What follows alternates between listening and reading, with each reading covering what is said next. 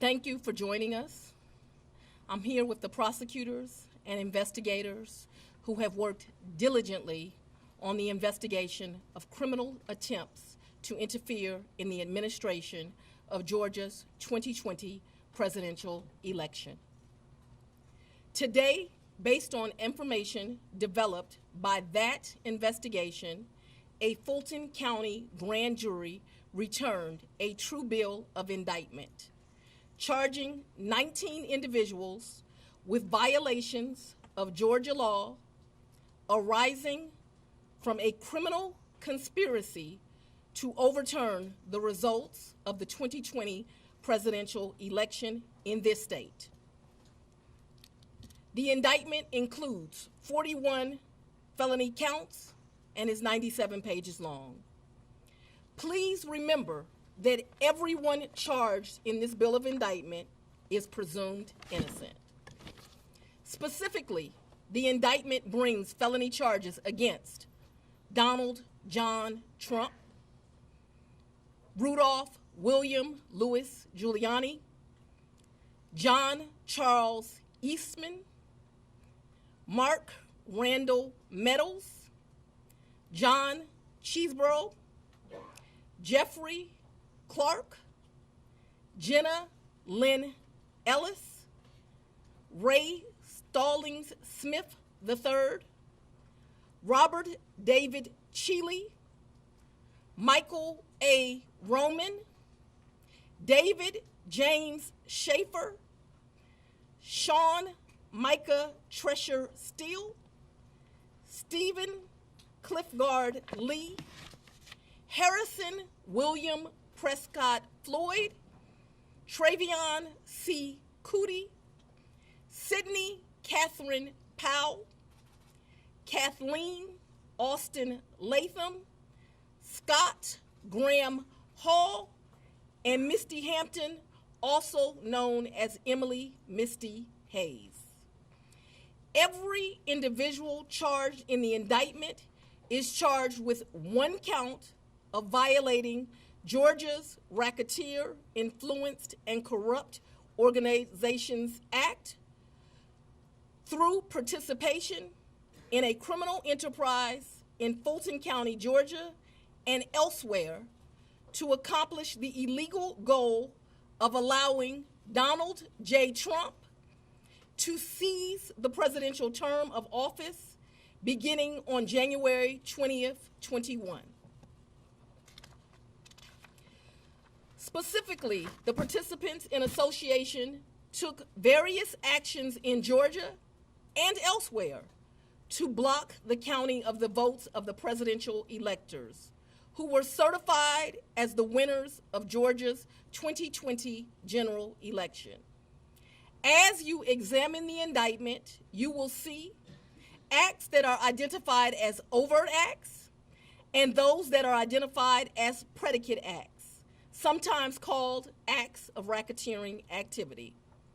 Overt acts are not necessarily crimes under Georgia law in isolation, but are alleged to be acts taken in furtherance of the conspiracy. Many occurred in Georgia, and some occurred in other jurisdictions and are included because the grand jury believes they were part of the illegal effort to overturn the results of Georgia's 2020 presidential election.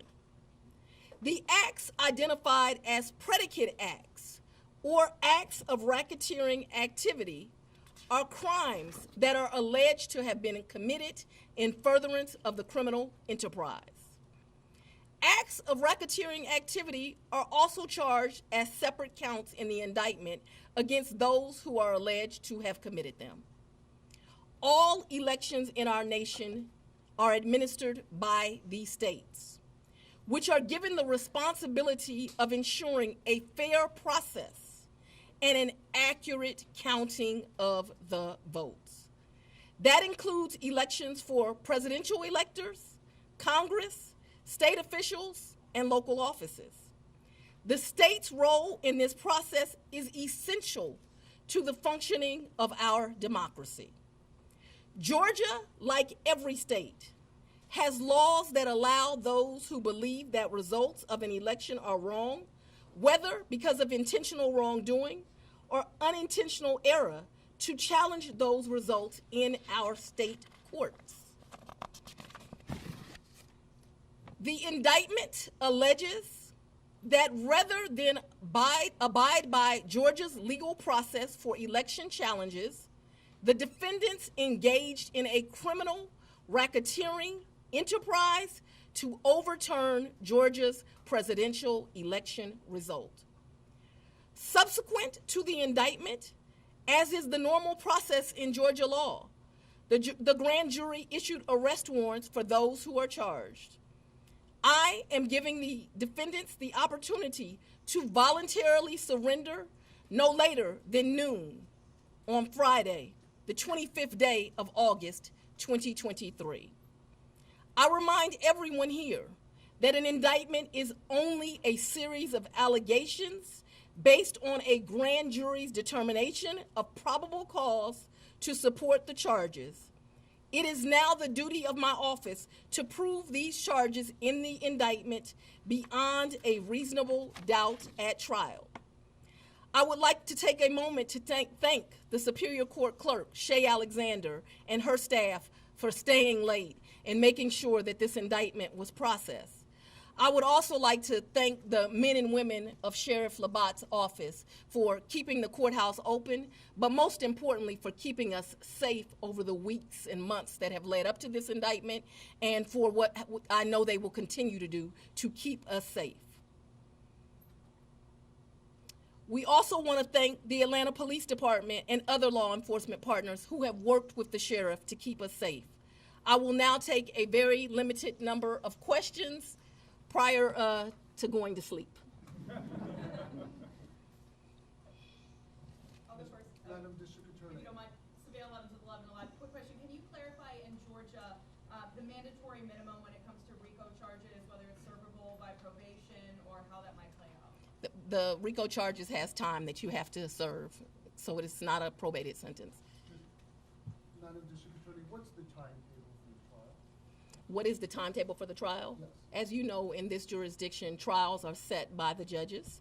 And so it will be the judge that sets the date of the trial. This office will be submitting a proposed scheduling order within this week. However, that will totally be at the discretion of the judge. And you want to be you're the fourth person, fourth jurisdiction now to indict Donald Trump. You would be the fourth one to try him, or could you move it up? You want to be the first to try him? I don't have any desire to be first or last. I want to try him and be respectful for our sovereign states. We do want to move this case along, and so we will be asking for a proposed order that occurs a trial date within the next 6 months. Madam District Attorney, earlier today, there was a fictitious document, according to the Fulton County Clerk's Office, that was circulated online with charges against former President Donald Trump. That fictitious document matched exactly the charges that we now see in this indictment. Can you tell us more about that document leak? Because now you have the former president's lawyers who are saying that this is emblematic of a serious problem with your office. No, I can't tell you anything about what you refer to. What I can tell you is that we had a grand jury here in Fulton County. They deliberated till almost 8 o'clock, if not right after 8 o'clock. An indictment was returned. It was true billed, and you now have an indictment. I am not an expert on clerks' duties or even administrative duties. I wouldn't know how to work that system, and so I'm not going to speculate. Next question. Have you had any contact with this special counsel about overlap between these cases, and do you intend to try all of these defendants together? Do I intend to try the 19 defendants in this indictment together? Yes. And have you had any contact with the special counsel about the overlap between this indictment and the federal indictment? I'm not going to discuss our investigation at this time. I'm going to take. What do you make of the arguments made by former President Trump that this is a politically motivated indictment? I make decisions in this office based on the facts and the law. The law is completely nonpartisan. That's how decisions are made in every case. To date, this office has indicted, since I've been sitting as a district attorney, over 12,000 cases. This is the 11th RICO indictment. We followed the same process. We look at the facts, we look at the law, and we bring charges. After the conversation, the president wants to surrender.